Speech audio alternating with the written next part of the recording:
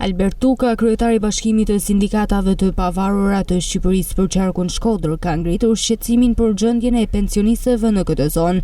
Sipas tij, kjo shtresë mbetet ndër më të pambrojturat ekonomikisht, me pensione që nuk mbulojnë as nevojat minimale të përditshme.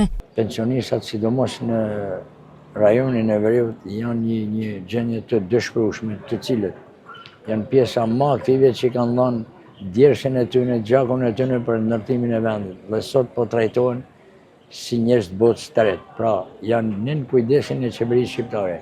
Ata që nuk mund të marrin dhe nuk mund të blejnë peshk e mish për shkak të pensioneve të ulta që kanë dhe keq trajtimit që u bëhen. Pra, keq trajtimi është për shkak se nuk ka rritje pensionesh, por ata mund të marrin vetëm 2 molla, 2 portokale apo 2 kokra qep, sepse nuk janë gjendje të menaxhojnë dhe të kalojnë situatë të mirë brenda një muaji. Pensioni marrën brenda një jave. Tuka thekson se prej vitesh kërkohet rritja e pensioneve, por kërkesa e tyre ka rënë në vesh të shurdhër. Sipas tij, mungesa e vëmendjes nga qeveria vetëm sa e thellon më shumë varfërinë e kësaj shtrese. Unë kam përshtypjen se pensionistat meritojnë një trajtim krejt veçantë, sepse siç e thash më parë, janë pjesa më e vërë e shoqërisë shqiptare.